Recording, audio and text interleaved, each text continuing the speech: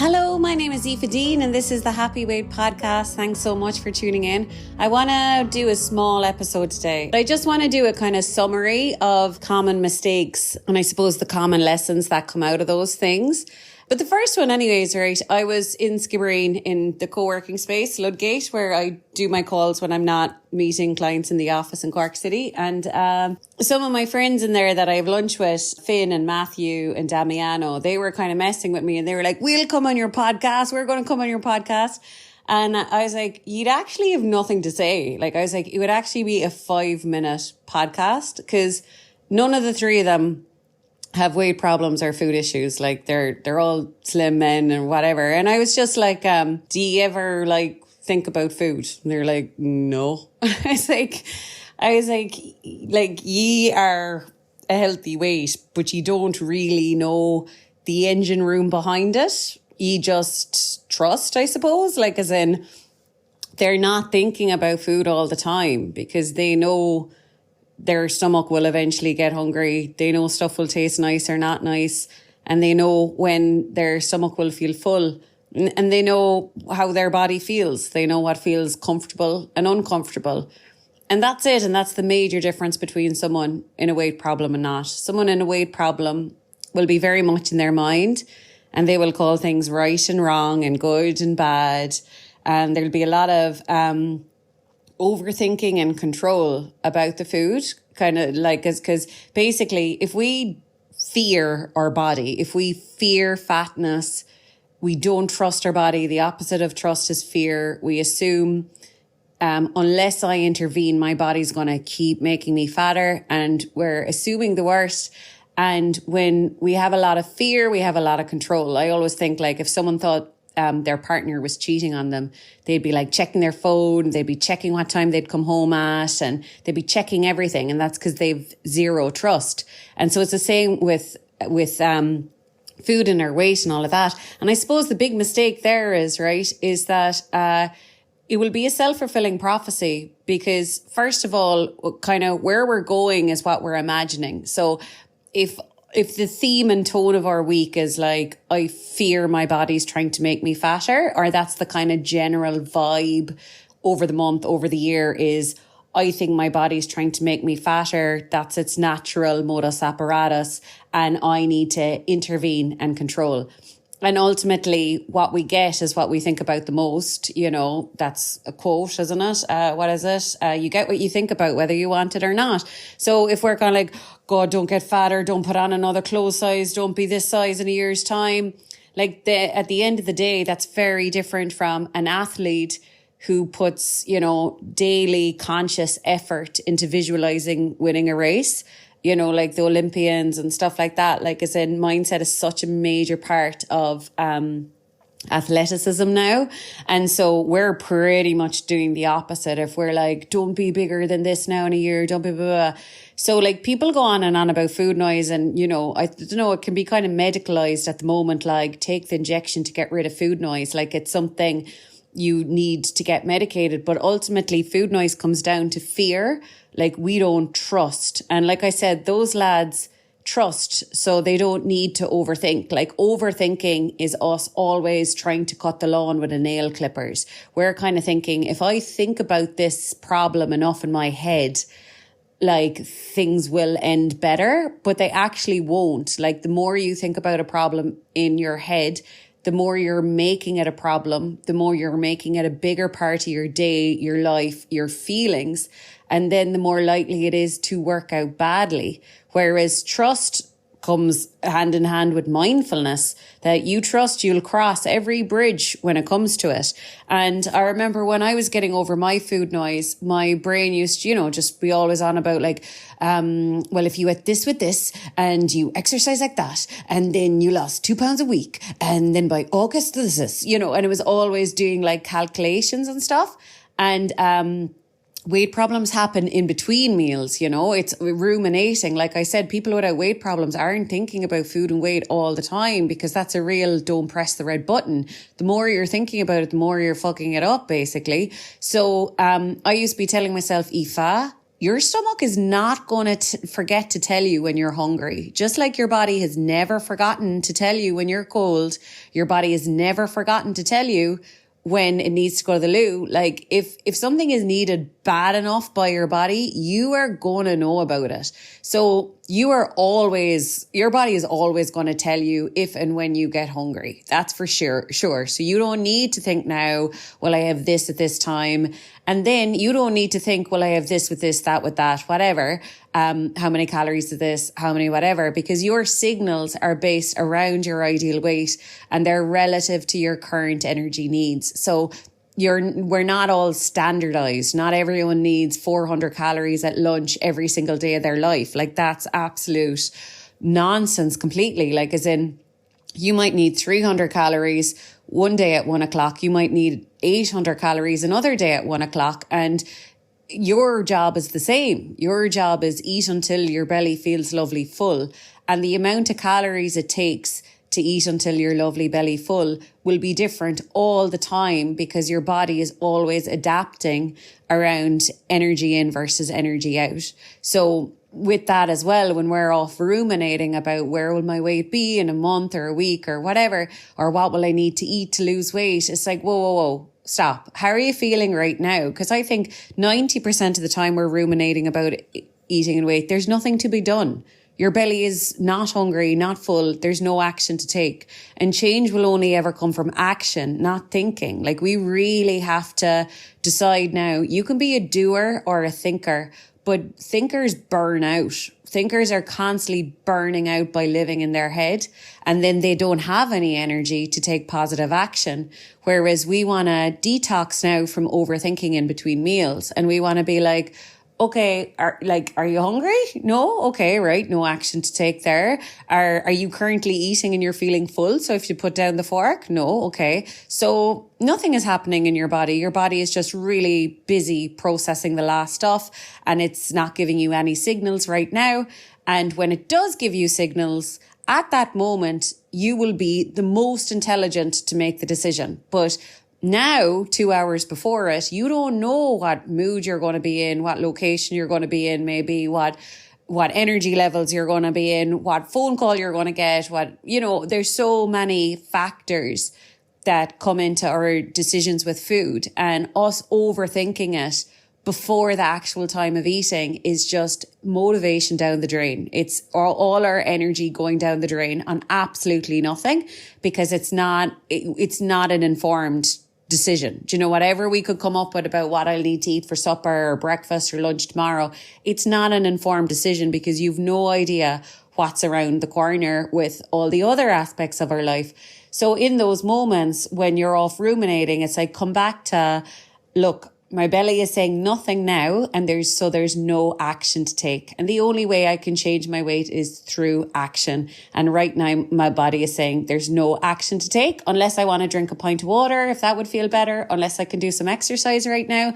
But otherwise, we can't think our way out of this problem. So we have to remind ourselves, I trust my stomach is always going to tell me when it's ran out of food and it needs more. And I trust my body is always going to tell me when it's had enough food, because especially if we're not our natural weight, if we're overweight, we remember all the times we've been disgustingly full and uncomfortable. So your body never forgets to tell you that you're full. So that's true. And then the third thing I think onto that is, and if I get a craving, I'll act like someone who doesn't have a weight problem. When that craving comes, or if that craving comes, I'll eat the thing in a cool, normal way, understanding that if I take in 200 calories, my body is aware of those 200 calories and my appetite will be reduced later on in the day. My belly will know about those 200 calories. My fullness signals will know about those calories. So there is no mistake. There is no, oh, you ate the chocolate,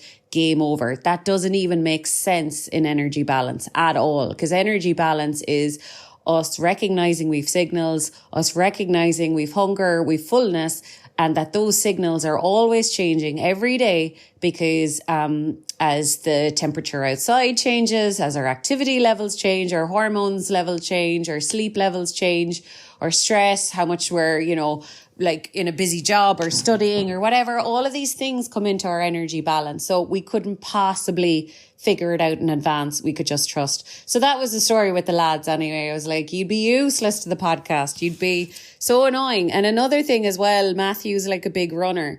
And, you know, I was like, you're coming at running from a very, very different place than someone with a weight problem. So when we're in a weight problem, we're like, I'm broken, I'm fat, I'm wrong, I'm at the bottom of Everest and I need to get all the way to the top of Everest. I need to do a 180. Whereas I don't think Matthew or anyone who's really into sport is like, I'm a piece of crap. I think they're more like, I would like to maximize where I'm at.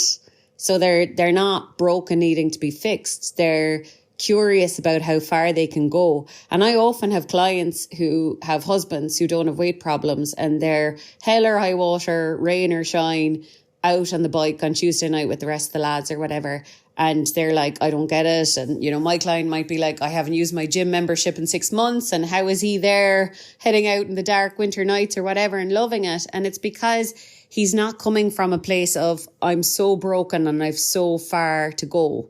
Generally, if someone's like not avoiding exercise, it's because they genuinely like the feeling. So a bit like food, people aren't like people without weight problems. It's not that they're disciplined. Like, you know, I remember even my mom had a phase there a few years ago. If she's like, you're so disciplined, Aoife, I can really see your discipline. And I was like, oh my God, do you know me at all? Like, I didn't say anything, but like, sure, I tried a diet. I got bulimia, binge eating disorder, spiraled 18 kilos. Like, as in, I don't have a shred of discipline. Discipline goes horribly wrong for me. But the thing that changed me, I suppose, is I care about how I feel afterwards. That's it. So like, I'm just after a lovely little Malteser square and it's the morning. And actually this podcast makes me realize how often I eat salt and pepper prawns from the Drumleague Chinese, because it's a weekend and that was the leftovers of that was my breakfast this morning and the Rocky Road.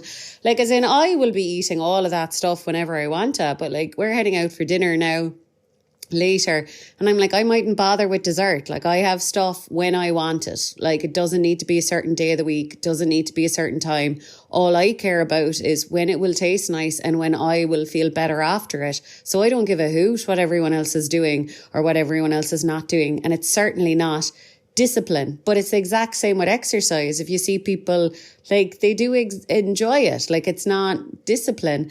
And that's because they're curious to reach their potential. They're not broken. They're starting off from a good place and they like to feel even better.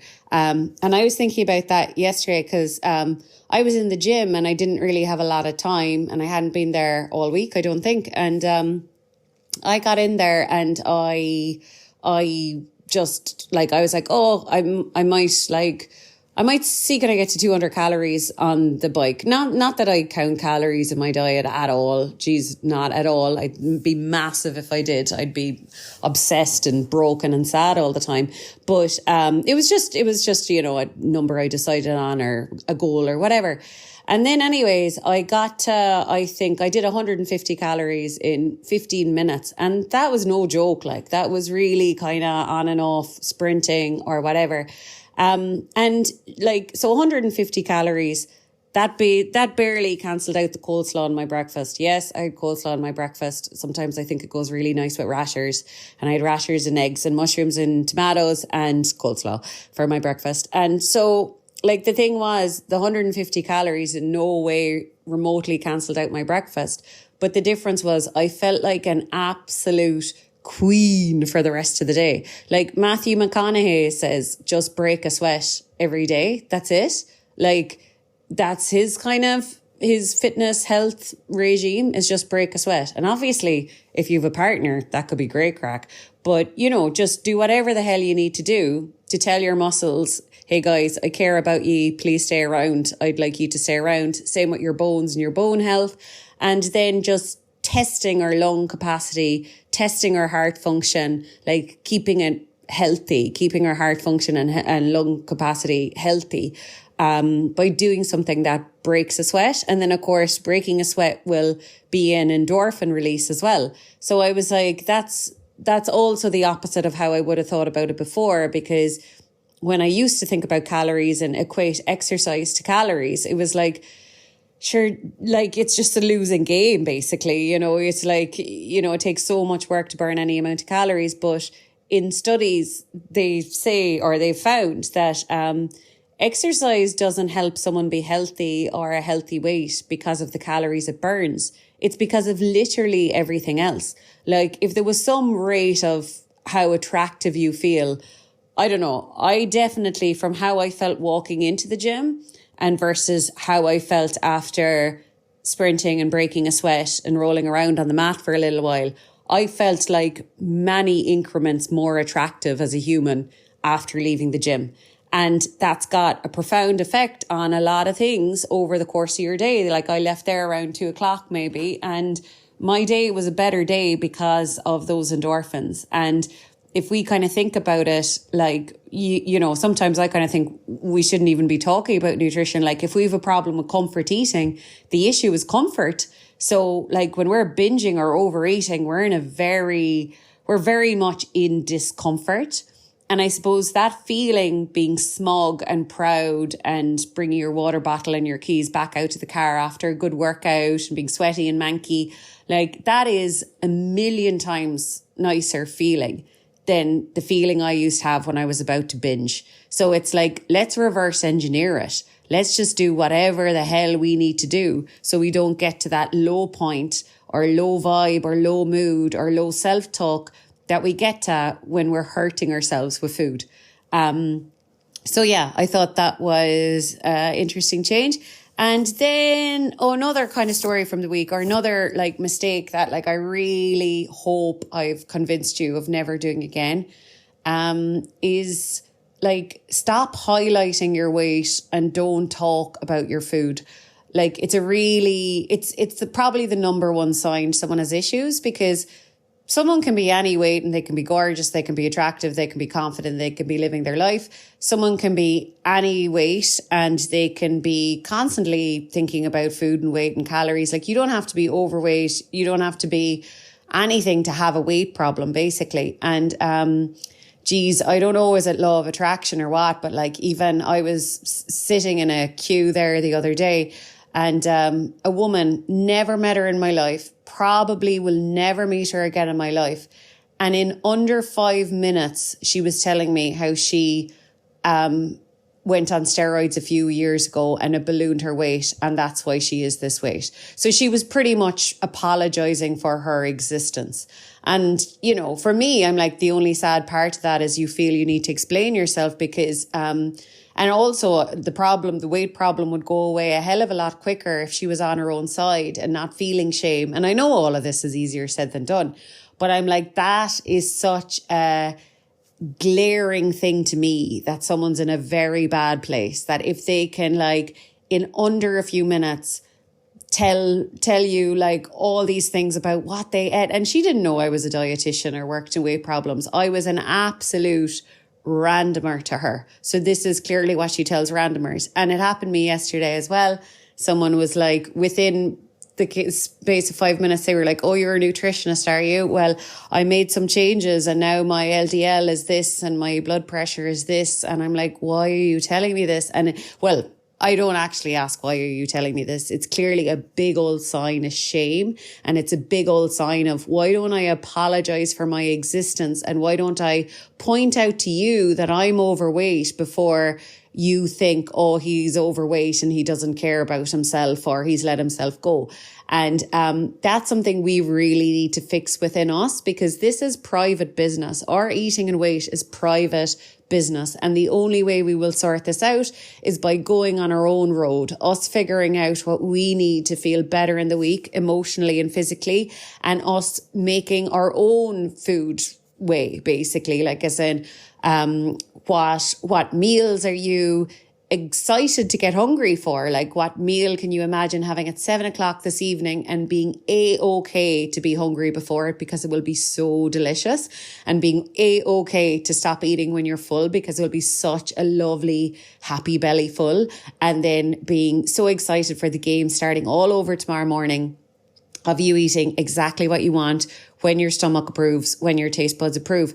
And so like we need to go on our own journey there. But like it's a conflict of interest if we say we want to move forward, but then we're constantly playing the caricature of the fat person. So those two people, they were really entrenched in, this is the character I play in the movie. This is the character I play in the scene.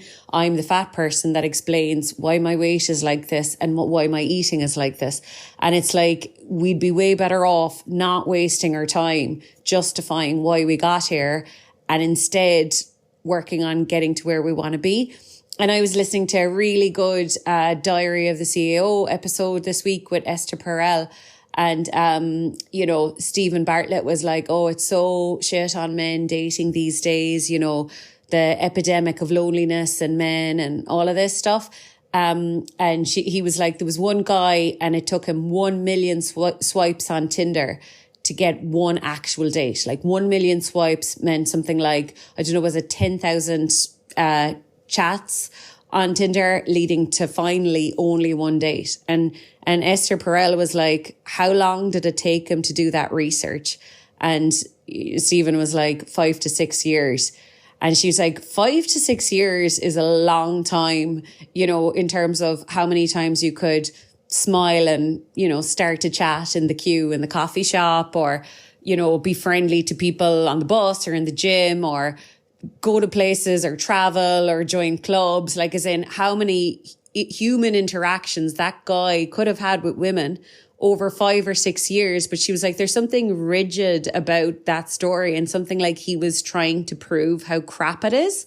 And that comes into weight all the time. Like, you really have to watch yourself. Are you trying to prove how crap it is? Are you trying to prove how the odds are against you? Your age is against you. Your metabolism is against you. Certain foods are against you. Your body is against you, blah, blah, blah, blah.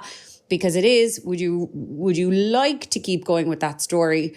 Or would you like to move closer in feelings and in actions to someone who's never had a weight problem, never will have a weight problem? Because that's a whole different focus on the day. Like I said, if you know, you listening to this podcast and for the rest of the day now, you were to swan around the place, shoulders back, chin up, wearing your favorite outfit, feeling really good about yourself, only tolerating positive thoughts about your eating, your body, where you're going.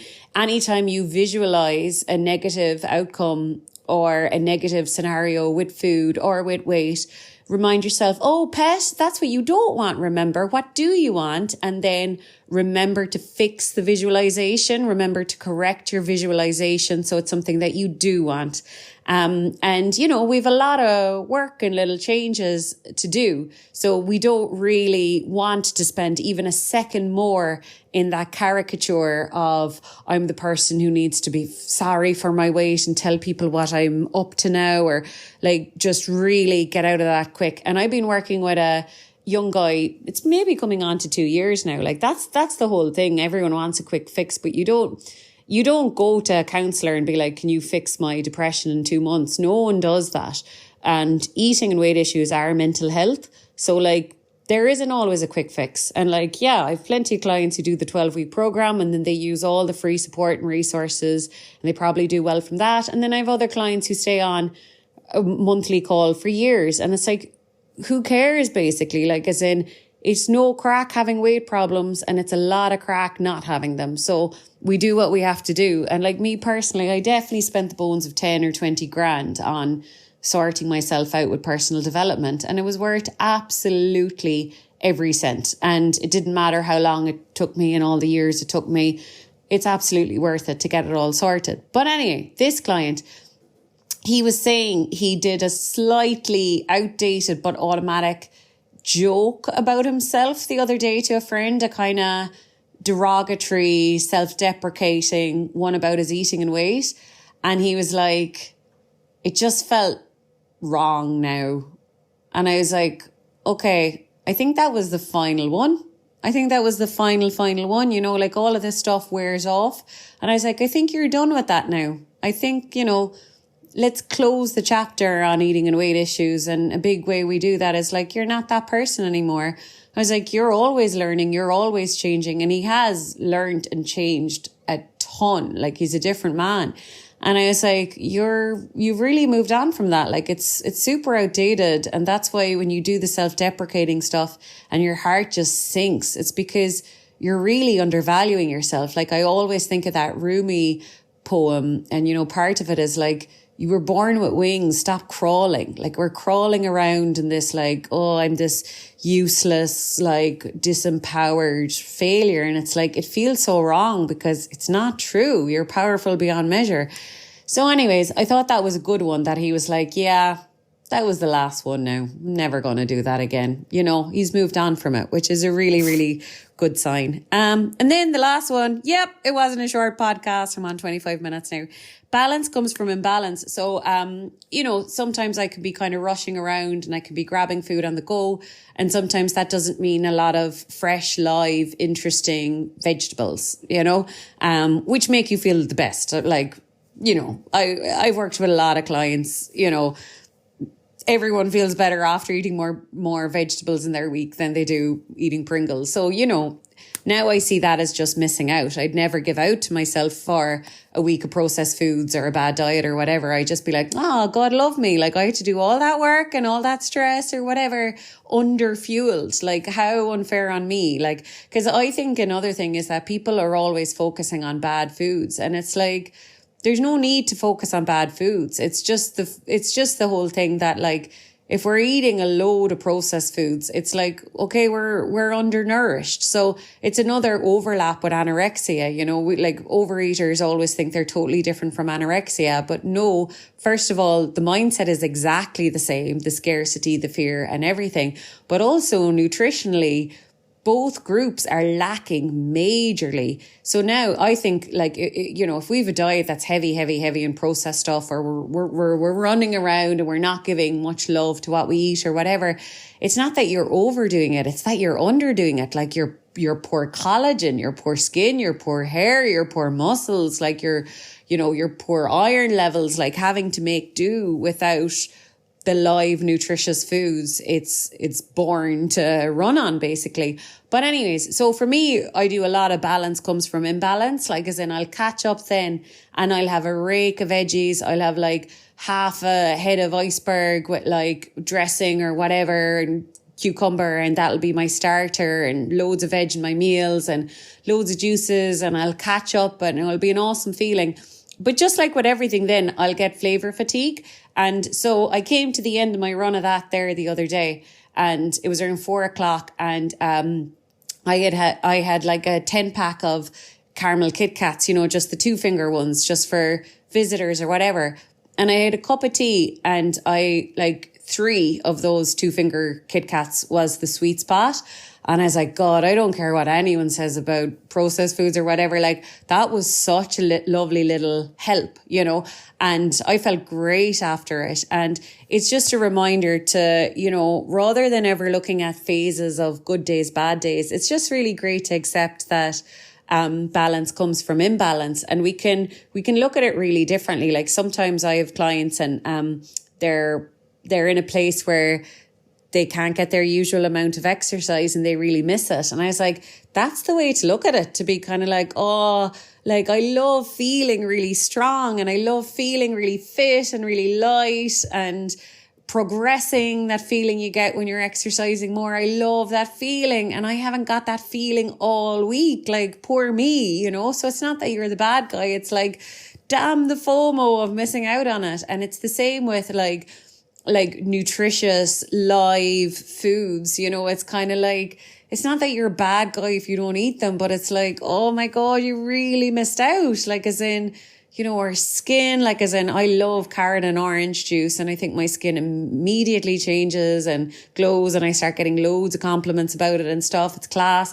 And just the really nice feeling after veggies in general. And especially, like, you know, I know I'm always on it, but fatty foods and veggie foods together are so yum. Like, as in, if you get like a takeaway pizza or whatever, but you combine it with a salad, then it's kind of like you get all the taste of the kind of, you know, the high fat, high salt, kind of more processed modern foods. You get all the taste, but your belly has acquired enough nutrients and fiber and water so that your belly feeling at fullness is quite nice. Because I suppose when we get an icky feeling after, say, Haribo or Pringles or Doritos or whatever processed foods, that icky feeling after having processed foods, it's not that the processed foods were so bad, but it was that your stomach was expecting kind of the typical human nutrients. It was expecting water, it was expecting fiber, it was expecting vitamins, and it didn't get them. So that's a very unnatural feeling. So yeah, I think we can have it both ways, where we have something crazy yummy, like a pie or whatever, or like a savory pastry or whatever. And then when we combine it with salad, it's like you get best of both worlds. It's like you get the yummy feeling in your belly and you get the taste, and it might be a kind of happy belly feeling, a feeling of full that you're happy to stop at and coast with for a few hours until the next thing. So yeah, so that was today's episode, and thank you so much for being here. Join me at Happy Weight Aoife on Instagram, and you can sign up to my newsletter. I send one out every so often. That's on happyweight.ie. I work one-to-one with clients, and I have the Happy Hypno Weight program. That's €99 for lifetime access. So check that out too. And please give this podcast some stars, some reviews, follow it if you like it. Thanks a million. I really appreciate you being here. Okay, have a lovely week.